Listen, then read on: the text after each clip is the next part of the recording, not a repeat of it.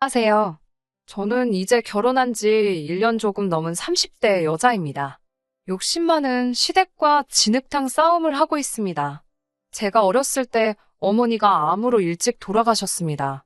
자궁암이었는데 완치인 줄 알았다가 결국 재발해서 세상을 떠나셨어요. 외가 쪽은 원래 재산이 많았고 당시 외할머니께서는 어머니에게 주려던 건물을 작년봄 저에게 주셨습니다.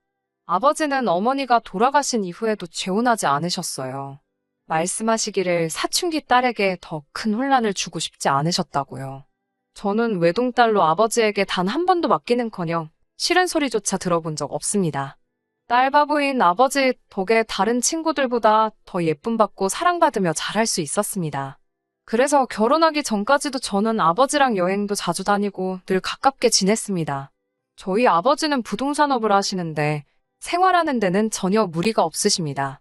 제가 결혼할 때도 넉넉지 못한 시가와 남편의 사정을 고려하여 아버지 소유의 20평대 아파트에서 생활할 수 있게 해주셨습니다. 이 집은 아버지가 혼자 사시는 집에서 걸어서 20분 정도의 거리에 있어요.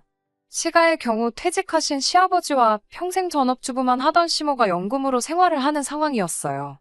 게다가 아직 시집가지 않은 남편보다 2살 많은 신우도 있었고요. 원래 아예 재산이 없던 집은 아닌데 시부가 친구 보증을 서면서 한순간에 망해버렸다고 남편이 말하더라고요. 그래서 결혼식도 제가 7 정도 부담하고 남편이 3 정도 부담해서 했습니다. 결혼식을 올리기 전까지는 시모도 아가씨도 저에게 정말 잘 해줬기 때문에 이 점에 대해서는 조금도 억울하게 느끼거나 하지 않았네요. 남편과 저는 공무원 시험을 준비하는 학원에서 만났습니다. 하지만 저는 시험을 앞두고 건강이 급격히 나빠져 시험을 포기할 수밖에 없었습니다. 반면에 남편은 한 번의 재수 끝에 7급 공무원이 되었고요. 그 이후로 저는 아버지 부동산업을 이어받을 것 같아서 아버지 밑에서 일을 배우고 있습니다. 또한 저는 제 건물에서 나오는 월세가 있기 때문에 굳이 직장 생활을 하지 않아도 생활이 가능하거든요. 지금 생각해보면 건물을 받기 전만 해도 오히려 남편과 다투는 일이 거의 없었습니다. 그런데 건물을 받고 나서부터 남편과 제 관계가 묘하게 어긋나기 시작했던 것 같아요. 일단 사건의 발단은 건물에서 나오는 월세를 왜 제가 관리하냐는 시모의 불만 때문이었습니다. 제 건물임에도 불구하고 시모는 계속해서 부부재산은 공동재산인데 왜 그걸 저 혼자 관리하냐는 거였죠. 제가 이건 공동재산이 아니고 제가 상속받은 제 재산이라고 몇 번을 정중히 말씀드려도 소용이 없으시더라고요. 참고로 건물에서 받는 월세는 한 달에 이것저것 다 빼고 나면 800 정도 됩니다. 게다가 제 건물 1층에 공실이 났다는 걸 알게 된 아가씨가 자기는 옛날부터 카페를 해보는 게 꿈이었다면서 자기한테 세를 달라고 하더라고요. 그런데 일단은 자리를 잡아야 된다고 1년의 시간을 달라더군요. 한마디로 1년은 공짜로 장사를 하고 싶다는 거예요. 보증금이나 월세 같은 거 없이요. 하지만 친정 아버지가 저에게 말씀하시길 사업을 할 때는 절대로 애매하게 돌려서 이야기를 하면 안 된다고 하셨거든요. 그래서 저도 신우에게 딱 잘라 거절했습니다. 건물주와 세입자의 관계로 아가씨와 얽히기 싫다고 말이죠. 사실 아가씨가 어떻게 생활하는지 저도 본 게 있잖아요. 절대로 성실한 사람이 아닙니다. 저희 친정아버지는 늘 저에게 가방이나 지갑 같은 선물을 많이 사주시는 편이었어요. 정작 저는 그런 물건에 크게 관심이 있는 편은 아니었지만 만약에 친정 어머니가 계셨다면 분명히 이런 걸 사주고 싶으셨을 거라면서요. 그리고 결혼 초에 신우는 저희 집에 괜히 이유도 없이 와서는 빌려달라고 떼를 쓰고 가져가서 돌려주지 않는 경우가 몇 번 있었거든요. 매번 술 마시다 잃어버렸다거나 누가 훔쳐갔다는 핑계로요. 신우하고 그런 물건 한두 개로 날 세우기 싫어서 미운에 떡 하나 더 주는 심정으로 괜찮다고 한 적이 한두 번이 아니었어요. 그래서 저를 호구로 봤던 건지 이제는 가게까지 내달라는 거잖아요. 이런 아가씨를 제가 뭘 믿고 제 돈 투자해서 카페를 만들어주나요. 그런데 이 일을 들은 시모가 노발대발 난리가 났더라고요. 저에게 싸가지가 없다면서 아가씨한테 이러는 건 다 제가 남편하고 시댁을 무시해서 그러는 거래요. 시댁 식구들 어려운 줄 모른다면서 이참에 단단히 버릇을 고쳐놔야겠다며 전화로 막말을 시전하시더라고요. 그래도 제가 아무런 반응이 없자 남편이라는 시청까지 찾아가서 남편을 붙들고 하소연을 하셨나 봐요. 바보 같은 남편이 그 하소연에 넘어가서는 저에게 그냥 이번만 해주면 안 되냐고 헛소리를 하더라고요. 눈 딱 감고 해줄 수도 있었겠지만 사실 저는 이게 마지막이 아니고 이제 시작이라는 예감이 들었어요. 왜냐하면 이따금씩 저에게 네 시아버지가 집에만 있으니까 좀이 쑤시는가 보다면서 니네 아버지. 그러니까 저희 친정아버지를 말하는 거예요. 맨날 저희 아버지더러 사돈이 아니고 너네 아버지 그렇게 표현하세요. 아무튼 니네 아버지 사무실에서 뭐 자빌이라도 하게 취직 좀 시켜달라고 하셨어요. 월급은 300 정도면 된다는 말씀과 함께요. 그래서 아마 제가 신우에게 카페를 해도 된다고 하면 분명히 다음에는 시아버지 일자리도 밀어붙이실 분들이었어요. 저한테는 이도 안 들어가니까 시모랑 아가씨가 어지간히 화가 났던 모양이에요. 자기 아들을 달달 볶았는지 이제 슬슬 남편도 짜증이 난 눈치더라고요. 급기야 며칠 전에는 술을 잔뜩 마시고 들어와서는 저더러 그까짓 건물 하나 있는 걸로 왜 유세를 부리냐며 어림도 없는 헛소리를 하더라고요. 제가 요즘 카페가 얼마나 많은지 아냐고 장사 우습게 보는 거 아니라고 말했어요. 자꾸 이런 식으로 나오면 시댁 식구들하고 안 보고 살겠다고 했어요.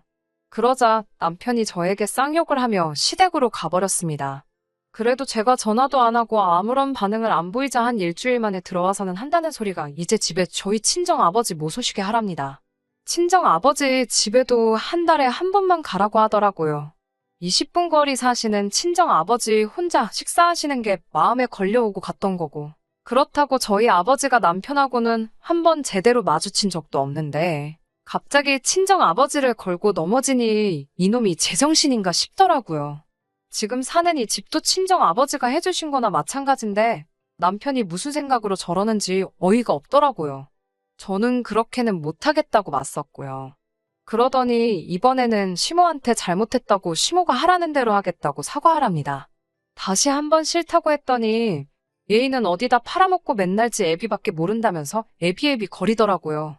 저더러 엄마 없이 자라서 시모한테 효도하는 법도 모른다면서요. 그 말을 듣고 있으니 가슴을 누가 후벼 파는 것 같아서 짐 싸서 아버지 집으로 와버렸습니다. 집에 오자마자 제가 꺽꺽 울어대니 친정 아버지가 놀라서 왜 그러냐고 물으셨어요. 저는 그동안 있었던 일을 말씀드렸고 친정 아버지는 일단 마음을 추스리라고 하셨습니다. 아버지가 방법을 찾아보겠다고요.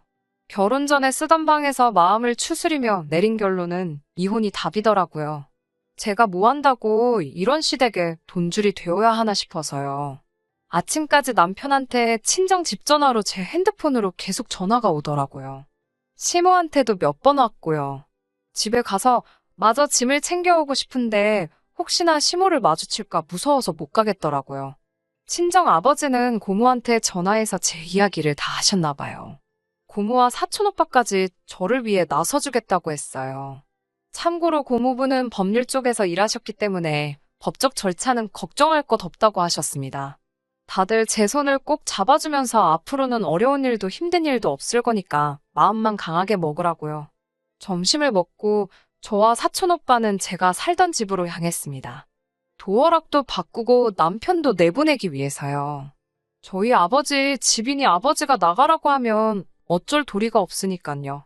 집안에 간이 아니나 다를까 시모와 아가씨가 거실에 떡하니 앉아있더라고요. 저는 떨리는 마음을 추스리면서 그 둘을 유령 취급하고 제 집 몇 가지를 챙겨서 방에서 나왔습니다. 열쇠하는 분을 불러 도어락을 바꾸기 시작하니까 시모랑 아가씨가 난리가 났습니다. 사촌 오빠 옷을 잡아 끌고 저를 때렸습니다. 결국 오빠가 경찰도 부르고 친정 아버지도 오셨습니다. 그러자 그렇게 고함 지르고 난리 치던 시댁 사람들이 눈치만 살살 보고 조용해지더라고요. 친정 아버지가 당장 네 아들 짐 싸서 내 집에서 나가라고 소리를 치시면서 눈에 보이는 남자 물건은 다 현관 밖으로 집어 던지시는데 그런 아버지의 모습은 태어나서 처음 보는 것 같았습니다. 시집 잘못 간 바보 같은 저 때문인 것 같아서 눈물이 나더라고요. 시모와 아가씨는 저더러 독하다 천벌받을 거다라며 악담을 하고 짐을 주워 가더라고요. 저도 더 이상 가만히 있기는 싫어서 아가씨 뒤에 달라들어 잡아뜨렸습니다. 아가씨가 미쳤냐고 저한테 고함을 지르길래 저도 질세라 뺨을 때리면서 거지같이 어디 빌붙을 궁리하지 말고 네 능력으로 인간답게 살라고 했네요. 시모랑 아가씨가 고소한다고 난리치길래 나도 할 거니까 두고 보라고 소리 질렀어요. 얼마 지나지 않아 남편놈한테 다시 전화가 오기 시작하더라고요. 이번에는 피하지 않고 받아서 말씨름 더 이상 하고 싶지 않으니까 그만하라고 했어요. 이혼하기로 결정했고 법대로 하자고요. 그러자 남편 말이 시모가 주도권을 잡아야 한다고 세게 나가라고 해서 자기가 그런 거라고 잘못했다고 싹싹 빌더라고요. 하지만 제가 더 이상 귀찮게 하지 말라고 했어요. 찾아오지도 말고 그러면 당신한테 불리한 증거만 쌓인다고요. 그러자 이제는 문자로 계속 잘못했다고 한 번만 용서해달라고 사정을 하네요. 지금도 생각하면 다시 손이 덜덜 떨립니다.